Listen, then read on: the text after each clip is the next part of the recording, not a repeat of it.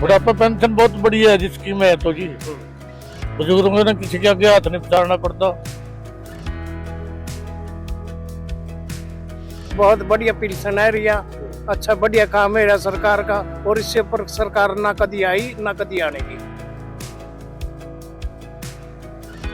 काम चल रहा बुढ़िया का सारे का, एक का नहीं सबका पेंशन है।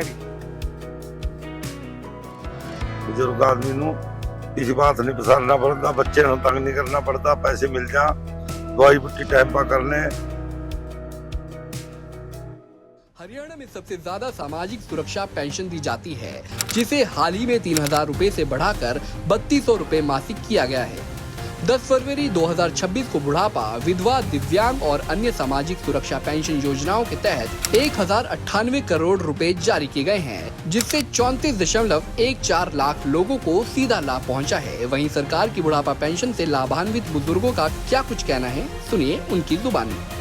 बहुत ही बढ़िया फायदा जी, ऐसा तो कभी फायदा होया भी नहीं। दवाई बुट्टी टाइम पर करने, कोई चीज लानी करनी हो अपने टाइम पर कर ले जी, जो अपना बुढ़ापे का अपना दवाई बुट्टी का काम चल जा, अपने खाने पीने काम चल जा, बहुत बढ़िया जी। सामाजिक सुरक्षा पेंशन न सिर्फ बुजुर्गों को आर्थिक तौर पर मजबूत बना रही है, बल्कि उनके सम्मान की रक्षा भी कर रही है। अब बुजुर्गों को अपनी दवाइयों के खर्चों के बारे में चिंता करने की जरूरत नहीं पड़ती, क्योंकि वो जानते हैं सीएम नायब सैनी उनकी जरूरतों का ख्याल रख रहे हैं।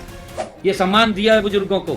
11 वर्षों में वृद्धावस्था पेंशन 1000 रुपए से बढ़ा करके ये 3200 रुपए मासिक किया है, 3200 रुपए मासिक।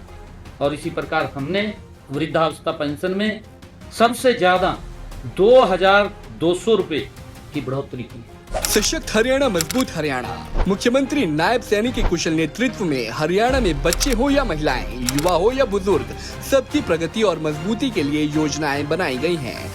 हमारी ममता जी ने, और ममता जी बंगाल को घुसपैठियों का अड्डा बनाना चाहती है। बंगाल के लोग माइनॉरिटी में हो जाएंगे और घुसपैठियों को यहाँ पर पनाह देने का काम ममता सरकार कर रही है। बोलो, ऐसी सरकार को रहने देना है क्या? रहने देना क्या? इसको पलटाने की दरकार है कि नहीं है? पलटाओगे ना? आज देखो, आपको जान करके बहुत ही आश्चर्य होगा कि यहां पर लगभग अगर हम देखें तो नेशनल जो हमारे क्राइम रिकॉर्ड ब्यूरो है, वह लगभग यहां पर 19,698 केसेस यहां दर्ज हुए हैं। लगभग 28% एसिड अटैक हुआ है।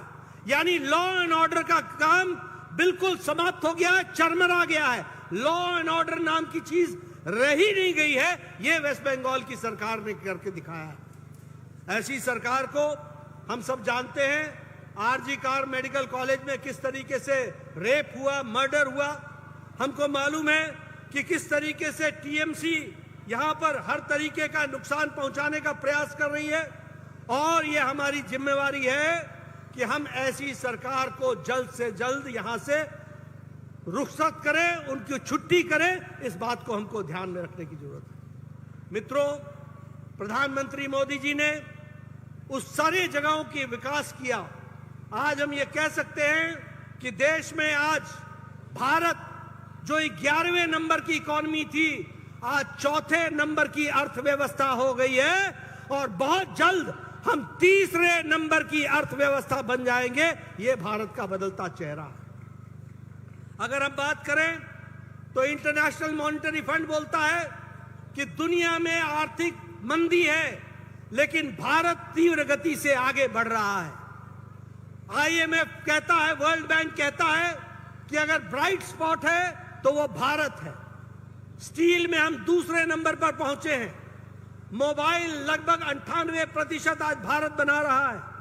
और उसी तरीके से आज प्याज में हम दुनिया के सबसे बड़े प्रोडक्शन हैं। दुनिया की 28% की खपत भारत पूरा करता है। ये आज भारत की थाती बनी है। आप सड़कों की बात करो, हाईवेज की बात करो, आप यहीं से बाहर निकल करके देखो, आपको अच्छी सड़क दिखती है कि नहीं दिखती है? मोदी जी की सड़क दिखती है कि नहीं दिखती है? विकास हुआ है कि नहीं हुआ है?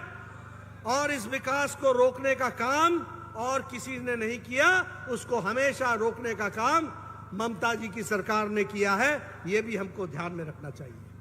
आज केंद्र सरकार 1.1 लाख करोड़ टैक्स के डिवोल्यूशन से वेस्ट बंगाल को देता है, जो 142% से ज्यादा है। ग्रांट इन एड हम 37,148 करोड़ दे रहे हैं, जो कि 312% ज्यादा है। उसी तरीके से बंगाल को और बंगाल की भाषा को मोदी जी ने क्लासिकल लैंग्वेज में शामिल किया है। आज बंगाल को दुनिया में स्थान देने का काम किया बंगाली भाषा को तो मोदी जी ने किया है। यह भी हमको ध्यान में रखना चाहिए। उसी तरीके से नेशनल हाईवे के प्रोजेक्ट्स हों, चाहे रानाघाट डिस्ट्रिक्ट में 200 करोड़ रुपए से नेशनल हाईवे का प्रोजेक्ट बनने की बात हो, या फिर पिछले 11 सालों में 4000 किलोमीटर सड़क यह भी नेशनल हाईवे की वेस्ट बंगाल में बनी है। रेलवे में लगभग 53 किलोमीटर नाडिया में नए प्रोजेक्ट्स रेलवे लाइन के लिए गए हैं। उसी तरीके से स्मार्ट सिटी में 4 सिटी को जोड़ा गया है। 11 मेडिकल कॉलेज प्रधानमंत्री मोदी जी ने बंगाल को दिए, 11 मेडिकल कॉलेज। इसलिए विकास की एक नई कहानी लिखी गई है।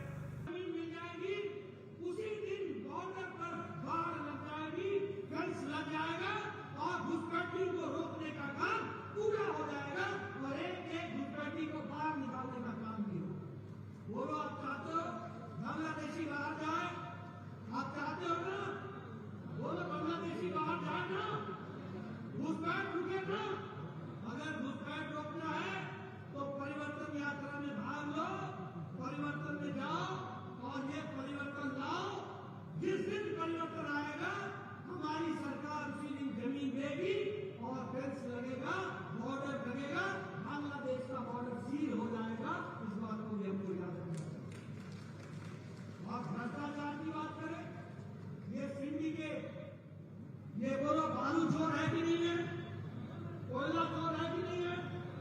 बोलो चीनी चोर है कि नहीं है? हर तरीके की चोरी करने का काम, कोई भी टेंडर हो, कट मनी। अरे दुर्भाग्य की बात है, इन लोगों को शर्म करनी चाहिए।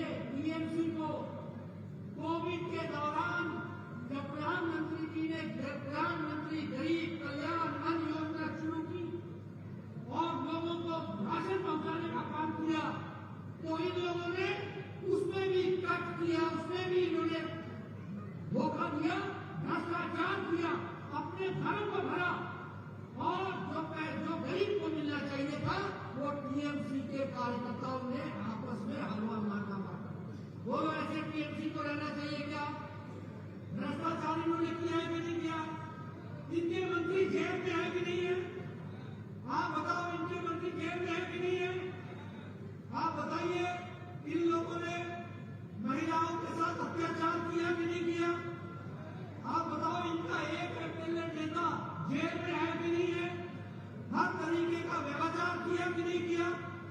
मित्रों, अगर पेरेंट्स से छुट्टी पाना चाहते हो, अगर तुष्टीकरण से छुट्टी पाना चाहते हो, अपीलमेंट से